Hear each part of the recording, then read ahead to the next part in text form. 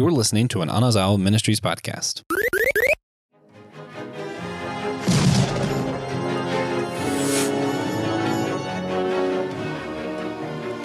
Beetlejuice.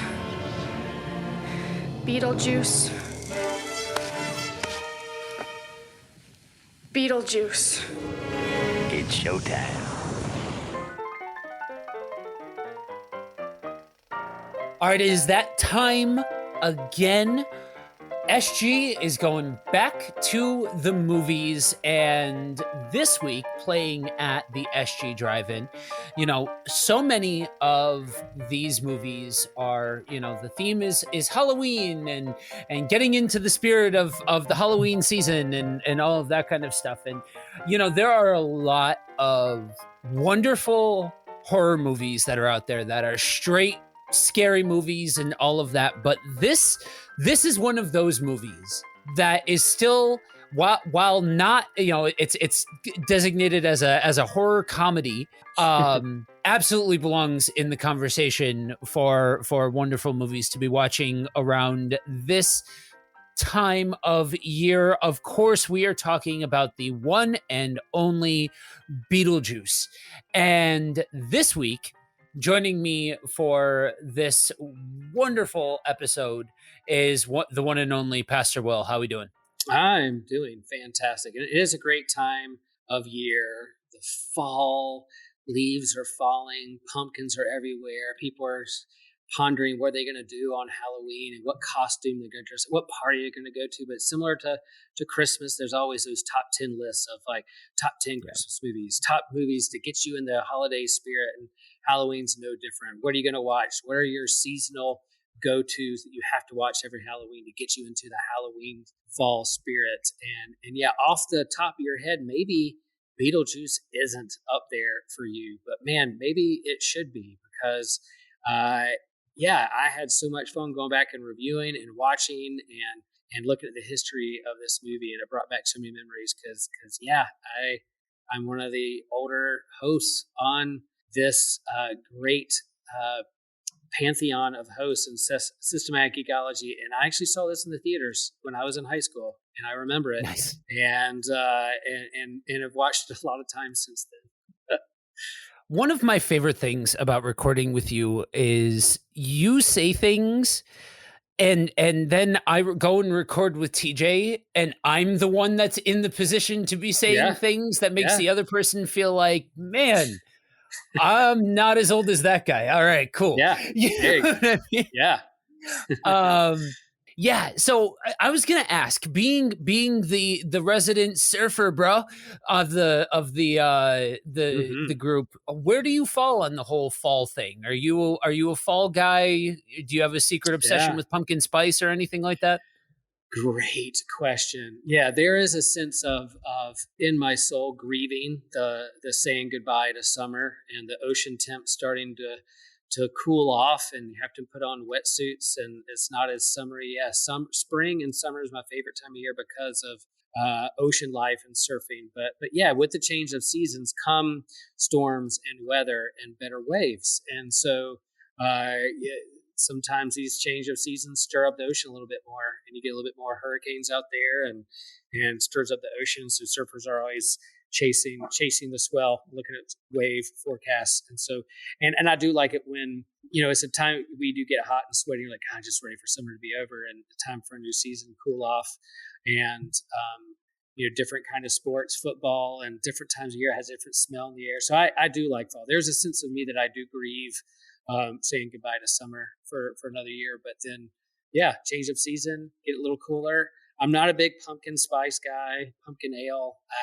I'm just not. I like carving pumpkins. I have nothing against pumpkin. But I don't gravitate towards all the pumpkin flavored stuff out there. But I do like fall. And as a kid, I loved Halloween. And you know, what kid doesn't like Halloween and cosplaying and candy? So, yeah.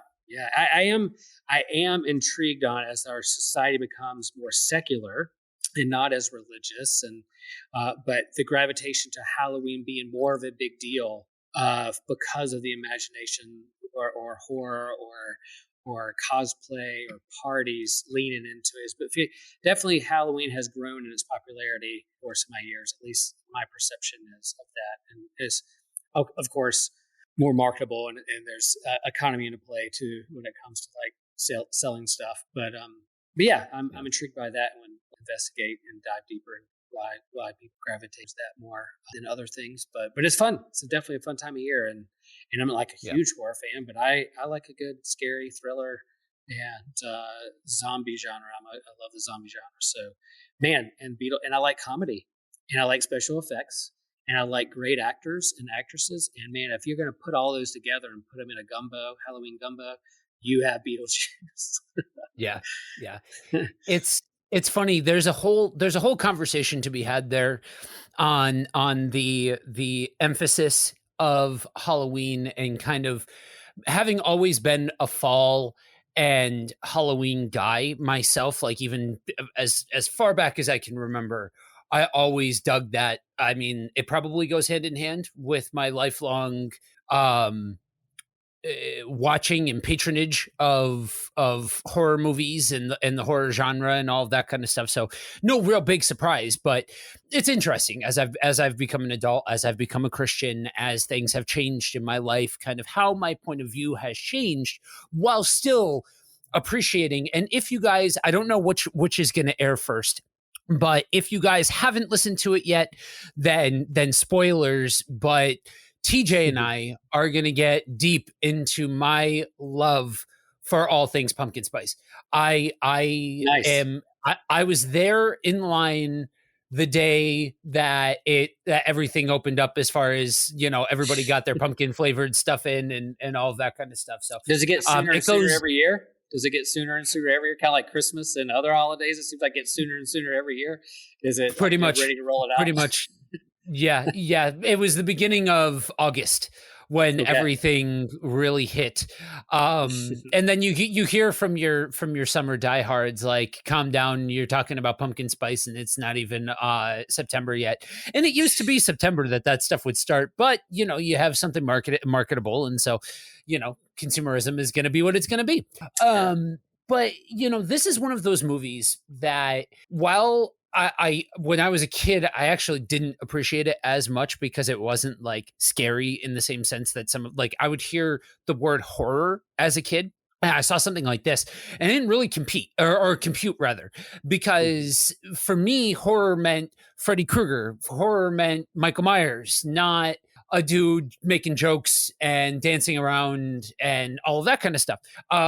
My opinions have changed as I've gotten older. I've come to appreciate this, namely because of Michael Keaton. But it's so interesting, because the last time that we were talking about Michael Keaton, we were talking about a movie that comes out exactly 1 year later in a much, much different role. So off the heels of this, you have Batman 89. And for a lot of people, this is what kind of put him on the map as an actor. And you go back and you watch this movie, and it's not hard to see why. Yeah. I just to add a little bit, I think I didn't make the connection that Tim Burton directed Beetlejuice, and of course I knew he directed Batman, but perhaps his relationship, I don't know if Michael Keaton, maybe you know this, landed the role of Batman before he did Beetlejuice, or in kind of conjunction, or it's like Tim Burton was like, I can work with you. You're awesome. And I want to work with you again. And how about this role? And I was Pee-wee's Big Adventure fan too, like as a kid in high school. Like I just love Pee-wee, and I love that movie so much. I think it's brilliant. And on so many levels. And Tim Burton did that one. And then the music, and then you lead to Beetlejuice. You're like, oh, here's another one. And then, oh man, I didn't know there's a connection. Tim Burton did Batman and Beetlejuice back to back with Michael Keaton. And so I'm like, there you go. There you see that connection, that relationship. Directors like to work with people that are easy to work with or get along with. And you can see where that happened. It's interesting, because you can see the fact that those two had a connection in the various films, and especially if you take a look at the background materials, the behind the scenes.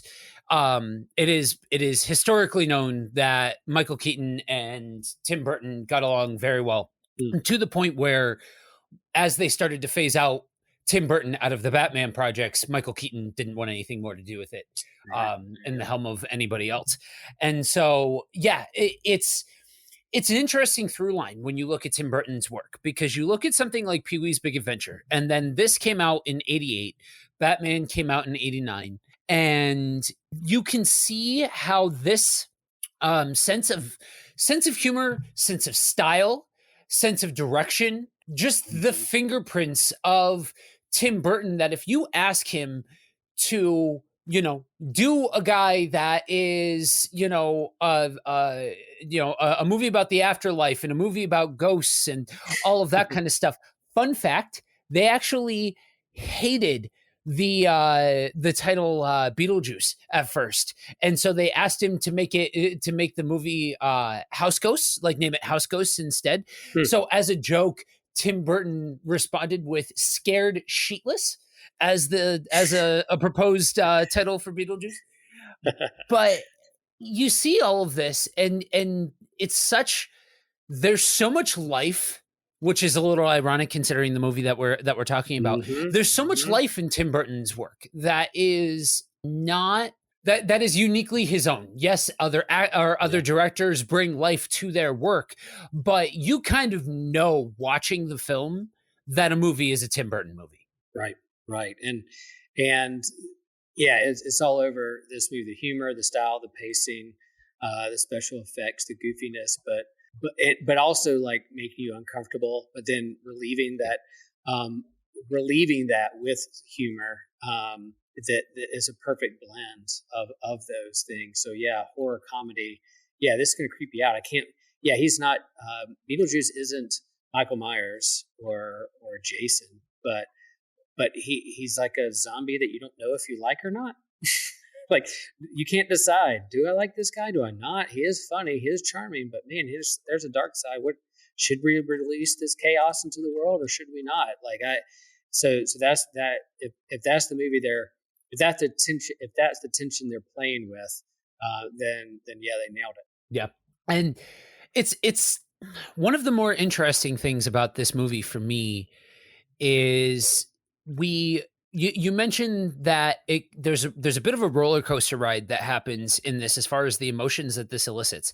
Ultimately, this is a horror comedy. They're always going to stop to make the joke. They're always going to stop to have that humorous moment and all of that kind of stuff. But you're still talking about a movie where your main characters don't realize that they've been in a fatal car accident.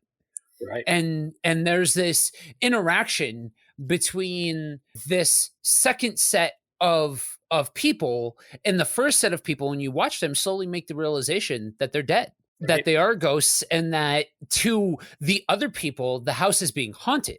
And yes, hijinks ensue, ridiculousness ensues, some really cool visual effects, especially for 88, ensue. And it's kind of funny because I remember this being one of the few movies that kind of flew under the radar when I was a kid, for whenever the cousins would get together at the grandparents' house. And I was, to give you a frame of reference, we're talking, I was like, I don't know, 4 or 5, something like that. Like this is young. And it was always more acceptable with my dad to watch horror movies than anybody else, but certainly not at the grandparents' house. And this was one of those that kind of flew under the radar that I remember watching, all of us watching as kids, because it was, it was funny, and it was a comedy for the time, rather than dealing with these, these concepts. But watching it with older eyes, it's always talent. It's always talent to me. Like I really can appreciate when a director is able to layer messaging in the kind of way that this movie attempts and succeeds to tackle. Yeah, and like we said, this thing has legs because it eventually becomes a cartoon. So yeah, it flies on the radar so much. So yeah, it has creepy moments, has like weird images. It's dealing with some heavy topics, and then then they can also kind of shift and pivot a little bit and make it into like a kid's cartoon for Saturday morning in 1989 and let that run for a little while, and then eventually becomes like a Broadway musical a few years back. And so this story has legs. This character has legs. He's up there. Beetlejuice is a pantheon. He's kind of creepy horror, but also comedy and Halloween kind of characters. But like you said, the reason it has the cast in this thing. I mean, we're talking Gina Davis, Alec Baldwin, Jeffrey Jones, who as the principal from Ferris Bueller's, and Catherine O'Hare.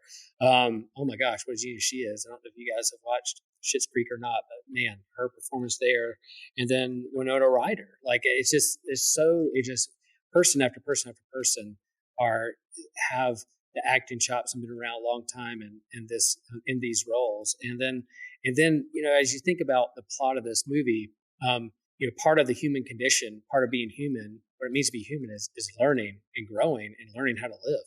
Hopefully that's a big part of your story. But here these people die and they're learning how to be dead. They don't know what it means to be ghosts. They have they're given a handbook. No one hands you a handbook on how to live life. You got to figure it out. But then, how are we gonna be dead? How are we gonna be ghosts in the world? And where do they go for that instruction? Where are healthy ways to do it, unhealthy ways? And they stumble upon this chaos demigod who is trying to lead them astray on how to be, I guess, healthy ghosts in the world. And all those things together, I going back and like, you know what? Yeah, part of life is learning how to live, and then part of our faith is like how do we die, and then what happens after that, and that the story continues even after death. And the story is dealing with how does one live as a ghost? How do you operate? What's next? What's the next chapter look like? So yeah, those themes were super fun to play around with. Good sandbox to play in with those big age old existential questions we all wrestle with. Right. And it's funny you mentioned the cartoon, because like Heath and I talked about on the Gen X episode, what qualifies as acceptable cartoons in 1989 is way different than what passes for acceptable in 2022.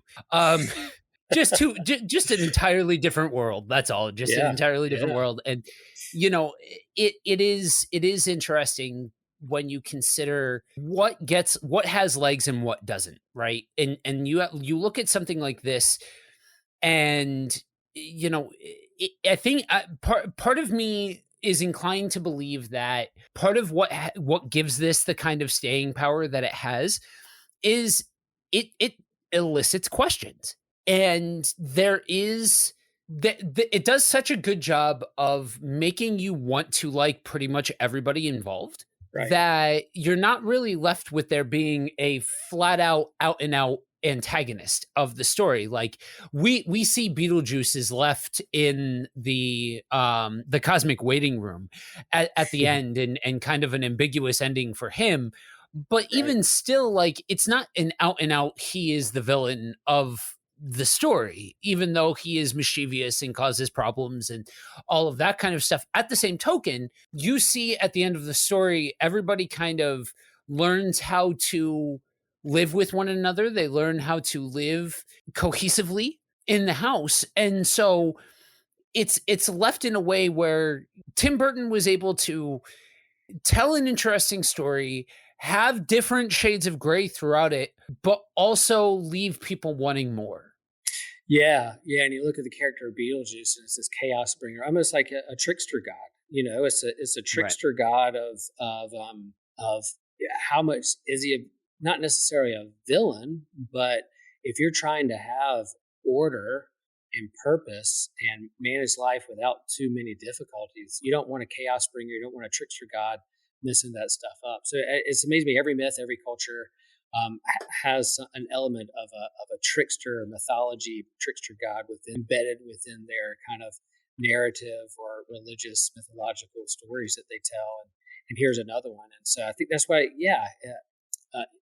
is he a Loki? But yeah, how do you control that? How do you not control that? What do you do with it? Is it redeemable? Does he need to be redeemed or just honed in? I mean, the whole Christian story starts in Genesis with God hovering over the chaotic waters and bringing order to the universe. And as much yeah, it's not that God is a failure, God is in control, but yet chaos rears its head, whether it's Leviathan or the flood or whatever is let loose on earth. And I think, yeah, we wrestle with that, how we live in a chaotic world, but we hunger for purpose and order and stability. And this movie deals with this in a fun comedy way, but also in a way that makes you, yeah, what does life after death look like? Is it a big waiting room? Is it similar to where we are now? Can the dead and the alive live together on the same plane, or in an agreement or in harmony with one another? Christians have an understanding of the communion of saints, the dead and those who've gone before us and those who are living now, who are striving. All that is entangled. All those themes came to mind when I'm rewatching this silly movie from Sweet and Burton. Yeah, and that's how, you know, you would hope that in a situation like the one that, you know, Christians are, we live in a dualistic existence, and you know, there's so much time talking about what is to come and so much emphasis and all of that kind of stuff that sometimes we lose sight of living in the present kingdom. Yeah. And Yeah. how we address these ideas of the afterlife, and how we wrestle with these things, and how we contemplate these things, and how we contemplate divinity, and all everything that goes into how we process this matters and bears an effect on how we live. And that's so much the point here. Even in the movie, it's not about how you died, it's about how you lived. And you know, it should bring about all of those questions when you watch a movie that so directly asks them. And this shouldn't be uncomfortable territory for us. You know what I mean? Like, these should be some of the very building blocks that we're asking these questions, that are eliciting how we feel, and these emotions, and these thoughts, and our stances, and everything that goes into how what we think of and how we handle this afterlife thing. You know, and I think, you know, we've seen how that can, how in an attempt to answer all of the questions that we don't get answers to, a lot of I will be charitable and say nonsense has come out. And the difference between something like a Beetlejuice and something that I'm referring to as nonsense is Beetlejuice is a fantasy movie and never claims to be anything other than a fantasy. It's when people concoct their own story and then try and pass it off as truth that it hedges into nonsense and things like that. Right. And so, you know, it's always a treat when you find a secular piece of media that's willing to ask certain questions and get people thinking. Yep. And we spin and create these narratives for different purposes. Maybe it brings comedies bring levity to life. Horror stories or movies hold up a mirror to help us face and what is scary and reality in the world. A coping mechanism, wrestling with a big question. We put them together, and it's like, yeah, that life can be super scary and hard, and just the fact that, like, Alec Baldwin and Gina Davis's characters are there, like, walking through, like, big-eyed, surprised every corner, like, what is going on? What is happening? Like, what are we a part of? With the surprise along the way. What's going to happen next? I mean, that intrigue and mystery of life, and then there's intrigue and mystery of death. But yeah, that holds those two together. I as a part of my life and life journey and faith journey is yeah, I'm gonna face the horrors that are out there, and then I'm also gonna have fun along the way, and let comedy and not take it too seriously, and laugh and poke fun as we go. So yeah, this blend is a great mashup genre. Is healthy for us to think through in our lives. Yep. Yeah, I agree. I you know, used to be a purist in the same way that I, you know, didn't like anything. You know, I used to be a heavy metal gatekeeper when I was super into heavy metal, where if you weren't into a certain type of heavy metal, then you didn't really like metal. You liked something else. And it's, I used to be a similar kind of way as far as horror and all of that.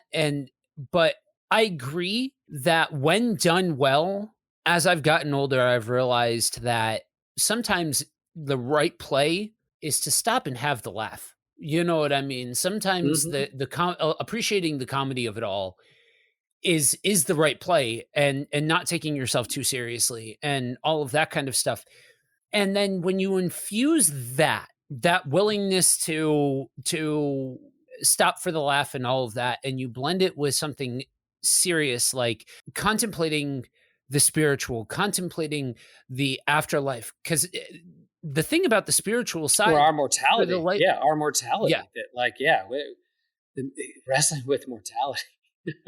Didn't mean to cut you off, but that brought that to mind. I'm like, yeah, wrestling yeah. with the spiritual aspect, but man, wrestling with mortality. That's a big part. Right. And that's the thing, is like, it doesn't, for us as Christians, we're smartened up, I guess, to the fact that the mortality piece is not the only piece when you consider the spiritualism of Christianity. Because I've Mhm. said this before and I'll say it again. Christianity is not a Western religion. It is an Eastern religion. Compare it to some of its contemporaries, and you will see that that Eastern religions were not afraid to acknowledge the spiritual side of existence. They were entangled in ways that everything is spiritual. Right. Everything is spiritual. Right. And if that's something that you have to stop and wonder about the validity of, then I counsel you to do this. Okay. You don't even need to turn on the news. I'm not even going to tell you to turn on the news. Just open up your front door and take a look outside. Talk to people for 5 minutes. And you'll see that, yeah, everything that the Bible says about us being in the midst of spiritual warfare is legit. And that is something that we need to be able to reconcile. And that is something that I think movies like this, when they're approached healthily, can have you laughing but also stopping to consider these things. You know what I mean? Yeah, yeah. And sometimes the mashup doesn't work, right? Like you're doing mashup just to mash up. Yeah, sorry, it could get ugly fast. But this, Right. you have to handle both with respect, and there's a harmony within that. And so yeah, you like metal, but man, did we know that so much good could come out of Anthrax and Public Enemy mashing up Bring the Noise like that together? Who would have thought that those two would go together? If you're like purist for hip hop or rap and a purist for metal, but man, they got together and made something pretty rad, at least in my home. But I don't want to go off topic, but who's your heavy metal band of choice in the day? Like you were saying, top one. My top one was Slipknot. I think Slipknot Okay. was definitely my favorite. Nice. Yeah, I loved. I grew up in the day of Headbangers Ball. Yep. And so yeah, this is a mashup movie that handles those things together. It was well done. It's good. It's So, a good one. fun facts, since it came up in conversation, fascinatingly enough, Scott Ian from Anthrax, Yeah. he's the inspiration for the beard. I remember Now I see seeing it. Now I see Yeah. it. Heck yeah, man! Awesome. Yeah. So for those of you that don't know, Scott Ian is the guitarist from Anthrax, and he had a long goatee and he had it braided together, and he would always dye the end of the braid. And I remember seeing that as a kid and thinking that was so cool. So for those of you that have never seen me, I have a long colored beard, and it's usually ridiculous colors. Right now it's purple. So there you go. There you go. And for you Um, youngins out there, if you've never seen the music video of Anthrax and Public Enemy mashing up Bring the Noise, I encourage you to do so. That's my early Yes. recommendation. Go check it out. I second that, because that's formative music right there. That is phenomenal. So it's funny. So we've dipped and anybody who's listened to the two of us get together, we're not afraid to get into the spiritual side of the conversation pretty quick. But I have randomly, when we look up these different movies, I'll sometimes look up the Wikipedia. Every once in a while, I'll throw into my Google machine the religion of whatever the IP is, because usually you'll find something ridiculous. I found a whole document. Somebody made a whole guide to the afterlife according to Beetlejuice. So Okay. if you look up the afterlife according to Beetlejuice, you'll find a pretty it's in sum total pretty cheesy. It's from a group called Bible and Pop Culture. It's very much a how does all of this point exactly to Jesus and all of that, and some of it's a little like, does this thing sound familiar? Well, Satan kind of did this thing a little bit, sort of, kind of, if you squint and cock your head a little bit. But it is interesting because you do have to take the time to take a look at, yeah, we see these different depictions, and no, not everything is good, not everything is a one for one comparison and all of that kind of stuff, and we do need to be able to build up the muscles to be able to discern these sort of things. And something like this, I'd rather something like this than something that's trying to say that these things are passable, and that, if you look here, what are they, bio necromancers or bio exorcists or whatever they call them. If you look over here in the Bible, it says this, and like, I don't think so, Tim. But it is always interesting when you see these different takes of how Christians, try and square the circle of different mediums that are out there that are addressing the afterlife, that are doing so in a way that, isn't coming from a biblical place. But I think that that's okay. I think especially in situations like this, where it's not trying to pass itself off as its own religion and all of that kind of stuff. I've always been of the opinion that I think it's a little bit silly when Christians kind of quarantine themselves when it hits around September, October time. You know what I mean? We have to insulate ourselves and do our trunk or treats and cut off the rest of the world. Otherwise the evils of this time and all of this kind of stuff. I don't know who needs to hear this. But the modernization of Halloween has nothing to do with its pagan roots. I'm just saying, like, a lot of that stuff, it's all pop culture, and that's thrown stuff in. Yes, some of the stuff does have its roots in paganism and in witchcraft and Wicca, all this kind of stuff. Yes, trust me of all people, having spent my time in the occult, I understand the through lines. I understand the connection points. I do. But I think it's a gross overcorrection to insulate yourself to the point where you can't just enjoy a fun movie like this, or you can't, look at something that has a different take on the afterlife while, looking at it through the lens of, you don't compromise your beliefs, don't compromise truth and theology and all of that kind of stuff, but also be willing to listen to somebody else who says something different, even if that something different doesn't line up with your thing. Yeah, and so there's that trend of taking whatever property or movie or whatever popular and make the gospel according to book, and just kind of and there's nothing wrong with that, because it helps people, kind of what we're doing with the show. It's a gateway, it's a tool, it's a sandbox to play around with the ideas, the questions that's rooted in every story, every hero's journey, to think through how does that relate to who we believe God is or isn't, and in the Christian faith. And so, yeah, sometimes there's too far a reach. We take it too seriously, or say, no, it's point for point. This is what it's saying, or trying to say, like, no, but to use it and hold it loosely as a means by which to open up other doors and go deeper with other questions. That's what it's trying to do. And as a Lutheran pastor, we have a deep relationship with October 31st, because that's the day before All Saints Day that Martin Luther, legend has it, nailed the 95 Theses on the church door, because he knew everybody was going to come to church the next day on All Saints Day. So October 31st, we Lisa make a joke around church and youth. It's like, yeah, happy Halloween, but also happy Reformation Day. And only those kind of in the inside baseball of the Reformation know what I'm talking about. But yeah, I mean, Christianity has taken those things, and whether they appropriated them or use them as a means by which to go deeper into the story. Yeah, October is a time of where things die and you get ready for a harvest and get ready for rebirth. And guess what? There's a deeper story of another one who is the light of the world in the midst of darkness and scary world, that brings hope, and that there is new life that can be found. So all those things are interweaved and tangled with one another, that I think makes a good point. So this yeah, I always October 31st. I say Happy Halloween because it means All Hallows Eve because the next day is All Saints Day, and but I also say Happy Revelation Day. Yeah, I always have to laugh at, honestly, I would take it seriously coming from somebody like you, because I've spent enough time listening to you, and I know that you're a Lutheran pastor, and I know that that you are steeped in the traditions, and I don't mean that sarcastically. I mean that. Right. I'm Right. but so I would take Happy Reformation Day as something a little bit more serious coming from somebody like you. But I've heard that phrase so many times just from Christians that are just standing on the righteous Yeah. street corner of, we need to be done with the evils of Halloween, that this day is evil, and so we reclaim this in the name of Christianity by saying Happy Reformation Day. So what is it? Day.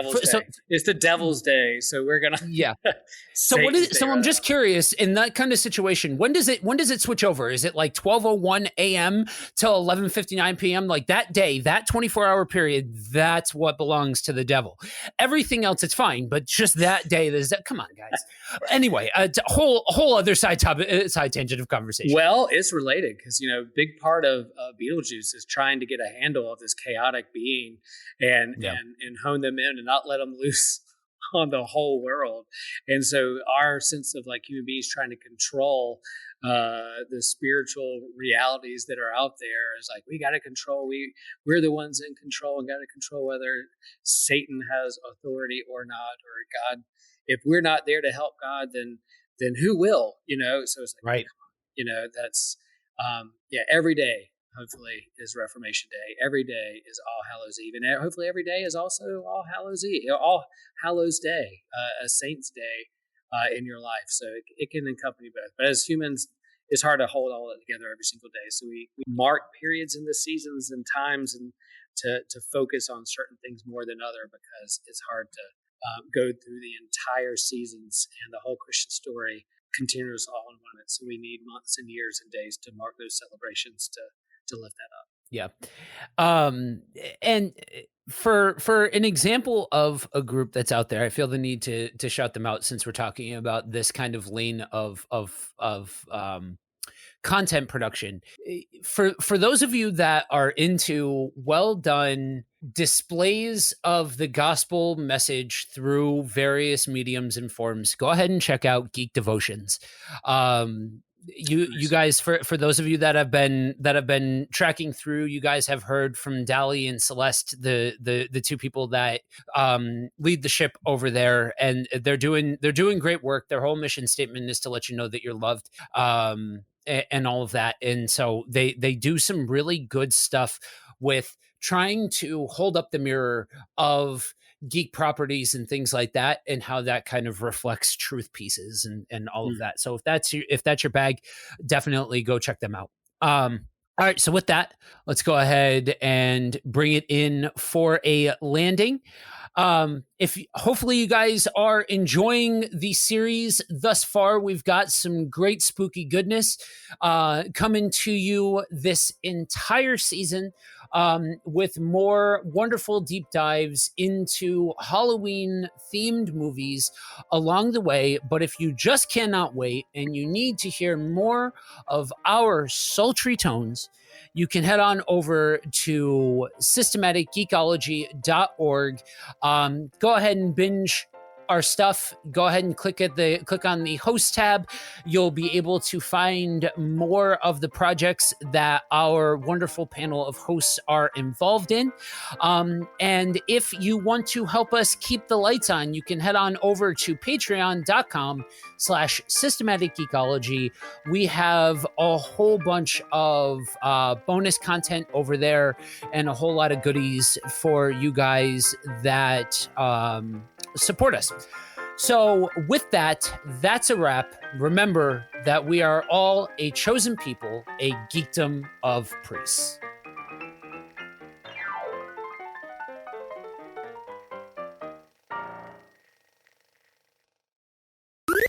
This was an Anazao Ministries podcast. If you enjoyed this show and would like to learn more about our network, be sure to check out the Anazao Ministries podcast network.